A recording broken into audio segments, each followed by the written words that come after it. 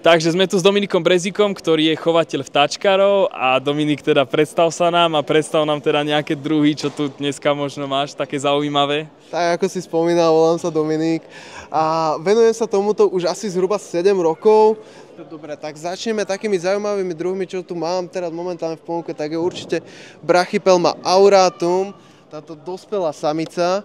Keď sa aj na ňu spoločne pozrieme, tak je to taká raritná Brachypelma, pomerne kľudná, trošku prchká, ale tak pri tých pavúčkoch je to také bežné.